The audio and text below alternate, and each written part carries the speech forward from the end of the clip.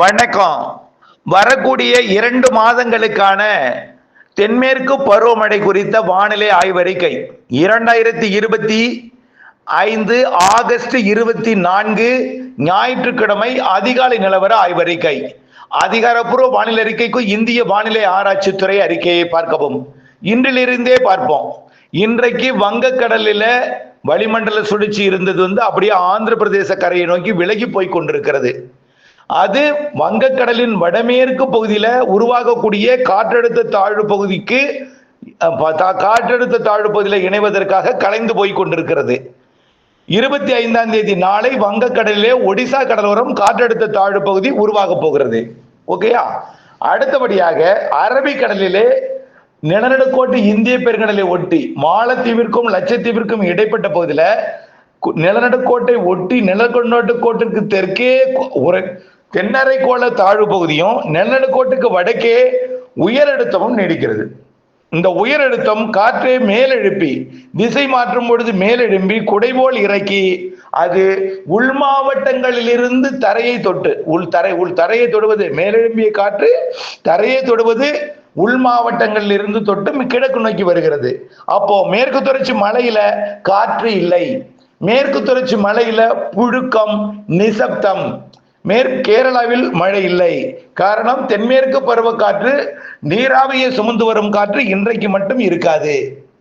தமிழ்நாட்டில் மேற்கு திசையிலிருந்து வரக்கூடிய வளிமண்டல மேலடுக்கில் கீழடுக்கில் இணைந்து கடலோரம் வரக்கூடிய அந்த காற்று அதில் இருக்கக்கூடிய ஈரப்பதம் வெப்பத்தால் லேசாக்கி மேலெழும் பொழுது அது அரியலூர் பெரம்பலூருக்கு கிழக்கே மயிலாடுதுறை மற்றும் கடலூர், புதுச்சேரி, விழுப்புரம் பகுதிகளில் இன்றைக்கு மாலையில லேசான மழைப்பொழிவை ஒரு சில இடங்கள்ல கொடுக்கலாம். அதே போல வழக்கமாக அறிவிக்கக்கூடிய மலை மறைக்கும் பகுதிக்கு கிழக்கே அந்த சிவகங்கை, புதுக்கோட்டை மாவட்ட எல்லை பகுதிகளில் ஒரு இரு இடங்களிலே கொடுக்கலாம். இன்றைக்கு பெரிய மழை இருக்காது. டெல்டாவிற்கு வடக்கே மட்டும் ஓரிரு இடங்கள்ல ஒரு சில இடங்கள்ல இருக்கலாம். ரைட். இன்றைய தேதி 24. 25ஆம் தேதி என்ன செய்யும்? வங்கக்கடலிலே தாழ்வு பகுதி உருவாக போகுது. அங்கே ஒடிசாவின் மேற்கு வங்கத்தை ஒட்டிய பகுதியில. இதனால தென்மேற்கு பருவமழை 26, 27, 28 3 நாளும் கேரளாவிலே கொஞ்சம் தீவிரமடையும்.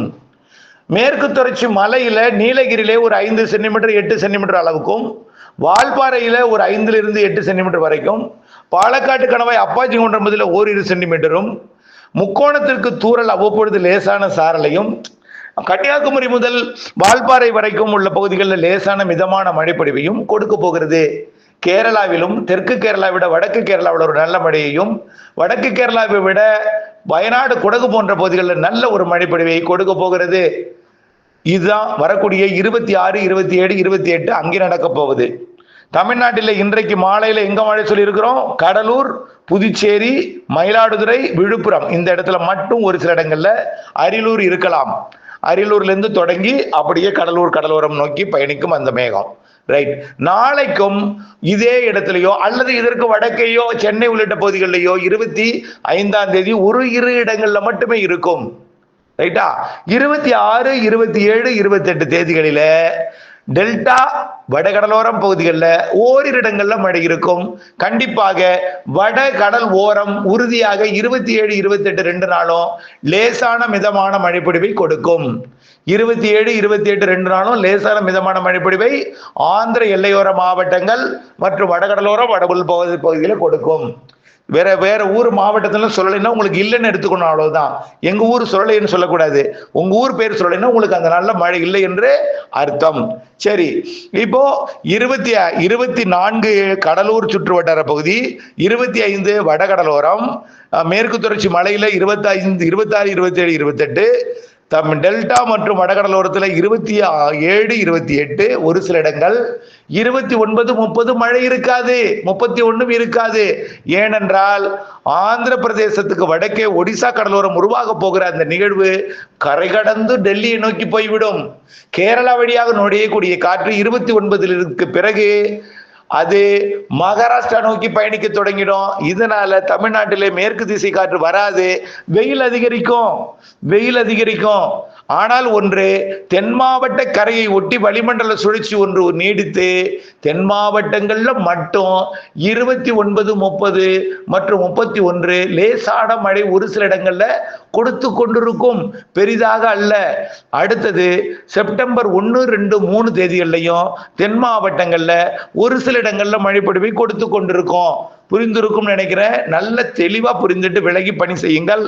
இப்போ 3ஆம் தேதி வரைக்கும் பெரிதாக மழை இல்லை. தென்மேற்கு பருவமழை ஒரு 3 நாட்களுக்கு 26, 27, 28.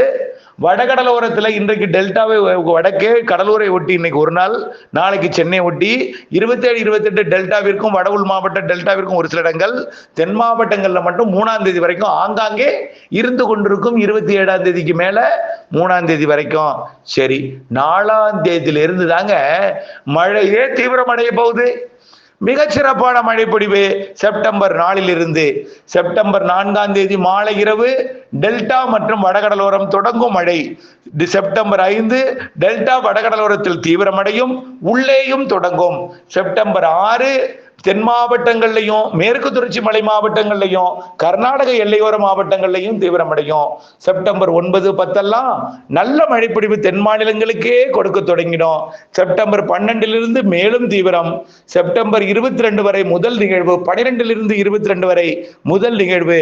ஆக செப்டம்பர் 4 தொடங்கி 5, 6 தீவிரமடையும் பொழுது 7, 8 தேதிகள் எல்லாம் மேற்கு தொடர்ச்சி மலைப்பகுதிகள், திண்டுக்கல் காற்றுப்பகுதி, தாராபுரம் உள்ளிட்ட திருப்பூர் மாவட்ட காற்றுப்பகுதி, அரவக்குறிச்சி உள்ளிட்ட கரூர் மாவட்ட காற்றுப்பகுதி மற்றும் பள்ளவிடுதி மற்றும் மணப்பாறை உள்ளிட்ட திருச்சி கரூர் மாவட்ட காற்றுப்பகுதிகள் மற்றும் கோயமுத்தூர் மாவட்ட திருப்பூர் மாவட்ட அந்த உச்சபட்ச காற்றுப்பகுதியாம் காமநாயக்கம்பாளையம் மற்றும் அப்படியே செஞ்சேரிமலை போன்ற பகுதிகளுக்கெல்லாம் செப்டம்பர் 4 செப்டம்பர் 4க்கு மேல் படிப்படியாக தீவிரமடைந்த 6ஆம் தேதிக்கு மேல் கொடுக்க தொடங்கிடும். தென் மாவட்டங்களுக்கும் இந்த மாதம் 27 ஆங்காங்கே கொடுக்க தொடங்கி அடுத்த மாதம் 6, 7 நல்ல ஒரு தீவிர மழை பொழிவாக தொடங்கிவிடும். செப்டம்பர் 8க்கு மேல் தென் மாநிலங்கள் முழுவதும் மழை. தமிழ்நாடு மட்டும் மாலை இரவு நள்ளிரவு மழை. பிற மாநிலங்களிலே எந்த நேரம் வேண்டாலும் பெய்யும் அளவிற்கு மழை. தென் மாநிலங்கள் முழுவதும் 12ஆம் தேதியிலிருந்து 22ஆம் தேதி வரை ஒரு நிகழ்வு உருவாகி ஆந்திர பிரதேச கரையை நெருங்கி ஆந்திர, தெலுங்கானா, மகாராஷ்டிரா கடந்து அரபிக்கடல் சென்று அங்கே போய் கடலோரம் படுத்துக் கொண்டு நல்லதொரு மழையை அரபிக்கடலோரம் கொடுக்க போகிறது. தென்மேற்கு பருவமழை 4ஆம் தேதியிலிருந்து படிப்படியாக தீவிரமடையும் பொழுது 8ஆம் தேதியிலிருந்து நல்ல தீவிரமும், 12ஆம் தேதியிலிருந்து நல்ல ஒரு தென்மேற்கு பருவமழையை 12ஆம் தேதியிலிருந்து கொடுக்க இருக்கிறது. 12லிருந்து 22 வரை முதல் சுற்று தென்மேற்கு பருவமழை, அதாவது செப்டம்பரிலே. 2வது 22லிருந்து 30 வரை அடுத்த சுற்றின் தீவிர தென்மேற்கு பருவமழை. அடுத்த நிகழ்வு மத்திய ஆந்திர பிரதேசம் மசூலிப்பட்டினம் வழி ஹைதராபாத் வழி கோவா. அடுத்தது அக்டோபர் முதல் 15 நாட்கள்ல அடுத்த 3வது நிகழ்வு வலிமையான நிகழ்வு. அதுவும் நிறைய மழைப்பொழிவை தரும். அதுவும் தென்மேற்கு பருவமழையை உச்சபட்ச தீவிரத்தை, இறுதிக்கட்ட தீவிரத்தை கொடுத்து நல்லதொரு மழைப்பொழிவை காற்று பகுதி, கடவாய் பகுதிகளுக்கெல்லாம் புரட்டாசியில் நல்லதொரு மழைப்பொழிவை அடுத்த கட்ட சாகுபடிக்கு எடுத்து செல்லும் வகையில, உங்களுக்கு நம்பிக்கை ஊட்டும் வகையில வடகிழக்கு பருவமழை நிறைய பெய்ய போகிறது என்கின்ற முன்னறிவிப்பாக அது கொடுக்கும்.